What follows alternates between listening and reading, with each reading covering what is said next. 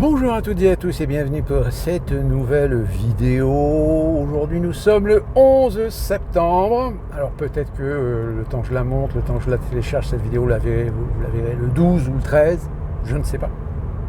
Mais on est le 11 septembre, donc évidemment ici aux États-Unis, le 11 septembre est une date devenue de triste mémoire. Il y a 22 ans, les États-Unis d'Amérique étaient attaqués par deux avions à New York sur le World Trade Center et plus particulièrement sur les tours jumelles, un avion sur le Pentagone et un quatrième avion dont on dit qu'il était prévu qu'il aille sur Washington et peut-être sa cible était la Maison Blanche. Mais par une résistance des passagers, il a fini par s'écraser en Pennsylvanie. On va pas revenir sur l'histoire, on va pas revenir sur certaines questions qui n'ont toujours pas de réponse, ou du moins qui ont des réponses, mais qui sont considérées comme étant des réponses complotistes. Nous ne parlerons pas du bâtiment 7, nous ne parlerons pas de victimes qui, même encore aujourd'hui, se sont senties un petit peu lésées, voire même un petit peu mises à l'écart par l'administration Obama lorsqu'il a s'agi d'avoir des réponses à des questions concernant les victimes, etc. Parce que évidemment, c'est un travail de longue haleine pour essayer d'identifier les restes. Quand je dis les restes, c'est des morceaux d'êtres humains dont je crois 6 ou 8 personnes viennent d'être identifiées encore aujourd'hui, 22 ans après. Je rappelle, 2970 ou 80 personnes sont mortes en tout sur les événements du 11 septembre 2001. Mais le 11 septembre 2001 est une date charnière parce que pour ceux qui ont grandi dans les années 80, 70, qui ont vécu l'adolescence, qui ont été jeunes adultes dans les années 80, 90, force est de constater que le 11 septembre 2020 a radicalement changé notre façon de vivre, notre façon de voir les choses. Surtout notre façon de voyager, par exemple. On ne voyage plus aujourd'hui comme on pouvait voyager dans les années 90. Moi, je me souviens, la première fois que je suis venu aux États-Unis, c'était en 1990, c'était en juillet 90. Je peux vous garantir que c'était beaucoup moins compliqué qu'aujourd'hui. Alors, déjà à l'époque, c'était pas compliqué dans le sens où il n'y avait pas le visa, il y avait déjà la mise en place de l'ESTA. L'ESTA, je rappelle, c'est ce qui permet de venir en tant que touriste aux États-Unis. Ça coûte, je crois, 20 €. Vous faites ça sur Internet.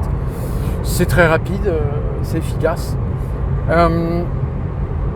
Mais force est de constater que oui, en effet, qu'est-ce qui a suivi ? Il a suivi la guerre en Afghanistan, la lutte contre le terrorisme, a suivi également la guerre en Irak sur de faux arguments d'armes de destruction massive. Et puis, mais surtout aux États-Unis, cette attaque du 11 septembre aura été surtout une aubaine. Je dis bien une aubaine. Alors une aubaine sur des hasards, des coïncidences, puisque nous savons qu'aujourd'hui, certaines personnes pourraient être traînées devant les tribunaux pour un délit d'initié parce que, par exemple, vous avez énormément de puissants actionnaires de la compagnie aérienne Air America qui ont vendu des actions, comme par hasard, la veille ou l'avant-veille. Que l'assurance du complexe du World Trade Center avait été revue à la hausse, alors que l'activité commerciale, c'est-à-dire la location de bureaux, de surface, etc., on ne peut pas dire que c'était au top. Et puis aussi le fait que, je crois me souvenir, le bâtiment 7 qui s'est effondré, il y avait les bureaux du FBI. Et il y avait un sacré paquet d'affaires qui traînait dans ces bureaux du FBI concernant des notables de New York, voire des notables de l'État fédéral. Donc voilà, ça c'est toute la complexité de l'affaire. Mais moi je voudrais insister sur le fait que le 11 septembre 2001 a permis aux États-Unis de se victimiser vis-à-vis du monde et de faire jouer cette victimisation pour imposer, exiger ce que avant les États-Unis auraient pu demander, se seraient fait envoyer chier. Et plus particulièrement sur le domaine financier. C'est-à-dire qu'aujourd'hui, une des raisons dont je vous avais expliqué dans une précédente vidéo, pour laquelle aujourd'hui vous ne pouvez plus retirer plus de 600 €, je crois, dans un distributeur, et vous avez quasiment presque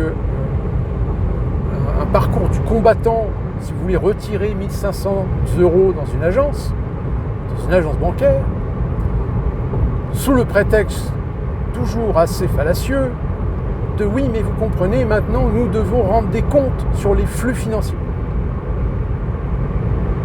Eh bien ça, c'est une conséquence du 11 septembre 2001. Pourquoi ? Parce que les Américains, dans cette lutte contre le terrorisme, ont exigé une transparence absolue de la part de ses partenaires et ses alliés. Les États-Unis ont exigé que toutes les sociétés bancaires transmettent, dès qu'elles le demandent, tous les flux financiers et justifier de toutes les opérations d'entrée et de sortie, de crédit et de débit de leurs clients. Ils ont même réussi, les Américains, à faire plier le fameux secret bancaire suisse. Raison pour laquelle les Suisses ont fait la gueule, parce que ils ont beaucoup de leurs clients qui finalement ont été récupérés par Hong Kong, par Shanghai, par un certain nombre de paradis fiscaux, dont d'ailleurs, ce qui est assez amusant, c'est que les Américains, quand ils ont vu que certains clients qui étaient chez les banques suisses n'étaient pas trop d'accord sur le fait que les Américains ont commencé à dire, écoutez, si vous voulez, nous avons notre petit paradis fiscal, nous avons le Delaware.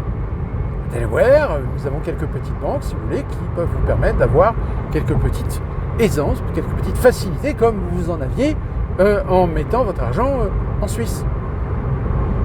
Bon, moyennant par exemple, évidemment, le fait que vous pouvez faire ce que vous voulez avec votre argent, sous condition que nous sachions ce que vous en faites, mais ne vous inquiétez pas, nous serons de véritables tombes pour ne pas dire ce que vous faites avec votre argent. D'où la raison d'ailleurs, les fameux Panama Papers, comme aussi, je ne sais plus l'autre affaire aussi qui avait été soulevée, où ce qui est très amusant, c'est que on dénonce en réalité des cibles, mais on ne dénonce pas tout le monde.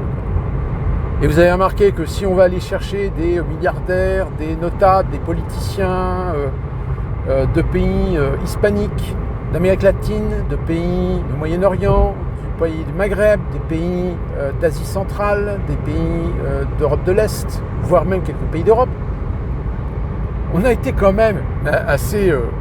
on se dit, mais c'est quand même flagrant comme le nez au milieu de la figure. Il n'y a quasiment pas d'Américains. Donc déjà, ça a mis un petit peu le doute sur le Panama Papers, si vous voulez. Hein. En fait, le Panama Papers, ça a été un moyen pour taper sur les doigts de ceux qui sont un petit peu réfractaires au pouvoir hégémonique des États-Unis. Même Zelensky, on lui a démontré qu'on était capable de dire ce qu'il faisait avec son argent, ce qu'il avait investi, ce qu'il avait gagné, histoire de dire que voilà, si jamais tu es président d'Ukraine, on te tient par la peau des couilles. Et puis finalement, il est devenu... enfin, je ne sais plus si le Panama Paper est arrivé avant ou après qu'il soit élu, en 2019, président d'Ukraine. Rectifiez dans les commentaires, j'ai un trou de mémoire sur la temporalité des événements. Donc oui, les événements du 11 septembre ont été une opportunité, une aubaine pour les Américains pour réussir à exiger de certains pays ce qu'ils n'auraient jamais pu obtenir avant. On se souvient également le comportement des Américains quand ils ont voulu absolument aller en Irak. D'où la raison pour laquelle d'ailleurs les Français qui étaient aux États-Unis en 2003 ont passé un sale quart d'heure. Parce qu'à partir du moment où les Français ont refusé de suivre les Américains en Irak, bah ici aux États-Unis, vous avez les petits fanatiques patriotes qui ne vont pas chercher plus loin que le bout de leur nez, qui se sont mis un petit peu à détester les Français. Enfin, c'est ce que moi j'ai eu vent de mes amis français qui étaient déjà là en 2001, qui m'ont dit oui, c'est vrai qu'on nous regardait un petit peu de travers. Mais bon, ça c'est un peu pareil dans tous les pays, hein, c'est pas exclusif aux États-Unis.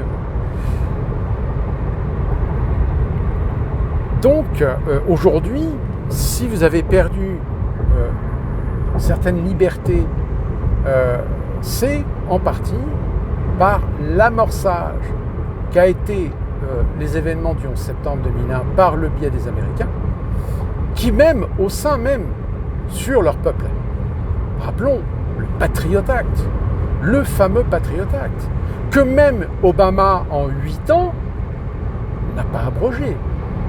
Au contraire, il a fait comme Macron, il a institutionnalisé certains principes.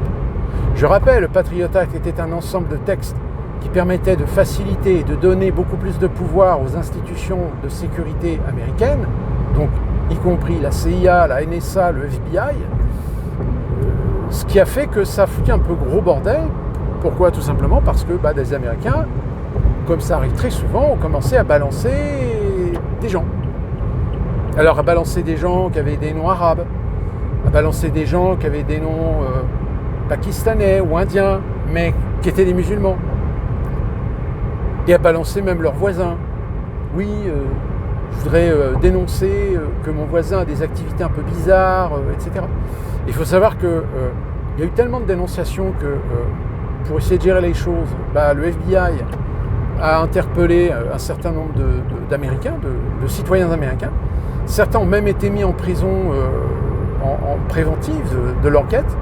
Et il s'est révélé que les enquêtes ont tout simplement bien établi qu'en réalité tous ces gens étaient innocents, mais ces gens ont tout perdu. Ils ont perdu leur boulot, ils ont perdu leur famille, ils ont perdu leur baraque, etc.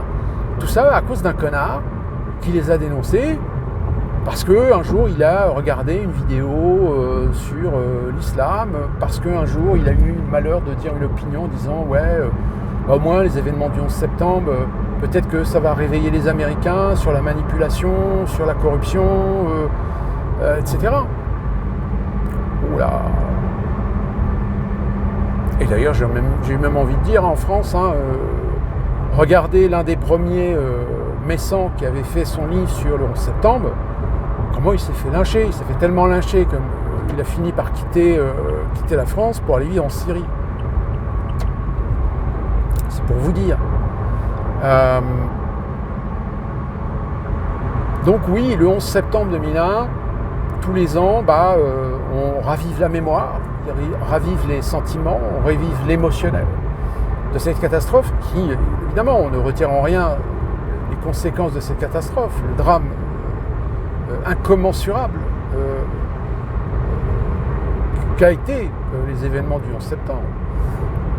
Et encore, je vous dis, je ne vais pas revenir sur les détails de ces événements concernant le Patagone, etc. Les vidéos, on ne voit pas d'avion, qu'il y a des photos, des vidéos qui traînent, que c'est bizarre que sur la trajectoire de l'avion qui a été établie de façon officielle, la trajectoire passe devant des caméras et les caméras, comme par hasard, toutes n'ont jamais vu, lu ou enregistré quelque avion que ce soit, etc.